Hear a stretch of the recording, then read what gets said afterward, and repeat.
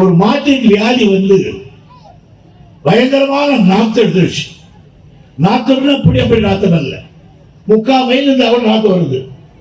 அது ஒரு இடத்துல கட்டிட்டு அதுக்கு இடத்துல 5000 ரூபாய் கட்டிட்டு சொன்னா தைரியமா இருக்கிற போய் அந்த மாட்டு கழுத்துல இருக்கிற பணத்தை அர்த்தங்களாம் சொன்னான். நம்மால் ஒருத்தன் போறான் பக்கம், அவன் அந்த வரப்பு கிட்ட போக முடியல, திரும்பி வந்துட்டான். ஏண்டான்னு கேட்டான். என்னால முடியாது சுவாமி. என்னடா? பேச கூட முடியாது, விட்டு. ஆந்திராக்காரன் போனான், அப்படி கொஞ்சம் தூரம் போனான். நான் கூத்து நான் பணி அப்படின்னு அவங்க போயிட்டான்.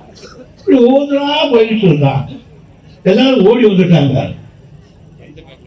வடநாட்டில இருந்து வந்தான். அப்போ அவன் தான் நான் போய் அழுத்துக்கிட்டு அழுத்து பார்த்துருவான். இவன் கிட்ட போனான் மாட்டுக்கிட்ட, அது அழுத்துக்கிட்டு ஓடிச்சு. ஏன்னா இவனா அது மட்டும்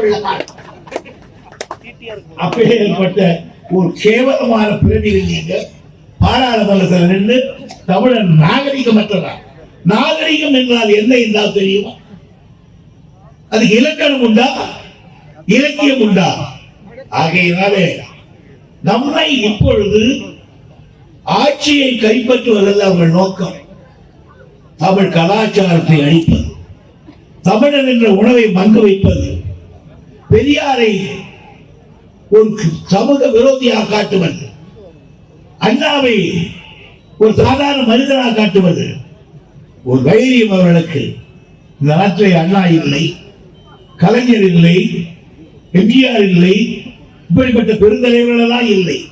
இந்த நேரம் பார்த்தால் தமிழ்நாட்டில் ஒரு சின்ன பையன், ஒற்றை உருவம்,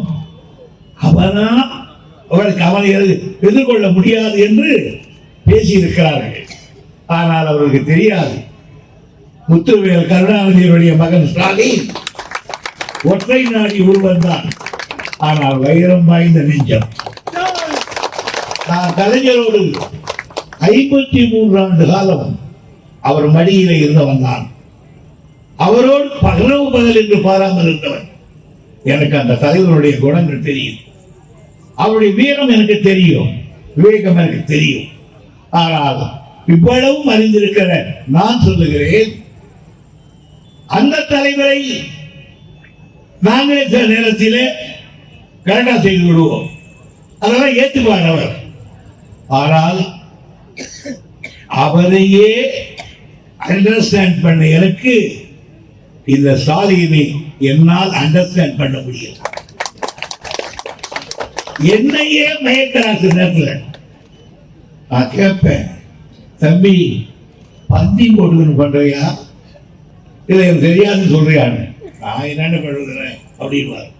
ஆகையினால அண்ணா கலைஞர் 2 பேரையும் ஊற வச்சு அரைச்சி ஒரு உருவம் பண்ணால் அதுதான் மு.க. ஸ்டாலின். அவரை சின்ன பையன் சொல்லக்கூடாது. கரிகால பந்தத்தில் வெற்றி, எல்லா இடங்களிலும் வெற்றி, இடைத்தேர்தல் எல்லாம் வெற்றி. என்ன தைரியம் இருந்தா சொல்லுவார். நான் இன்னைக்கு சொல்லிட்டு போறேன், 234 சட்டமன்ற உறுப்பினர் 200 நமது என்கிறார். அந்த 200 கண்டிப்பா சரித்தி காட்டுவார். பாதகம் செய்பவரை கண்டால் நாம் பயம் கொள்ளலாகாது பாப்பா. மோதி மிதித்து விடு பாப்பா, அவர் முகத்தில் உமிழ்ந்து விடு பாப்பா. அண்மை செய்திகளை உடனுக்குடன் தெரிந்து கொள்ள இணைந்திருங்கள் எம் நாடு தொலைக்காட்சியுடன்.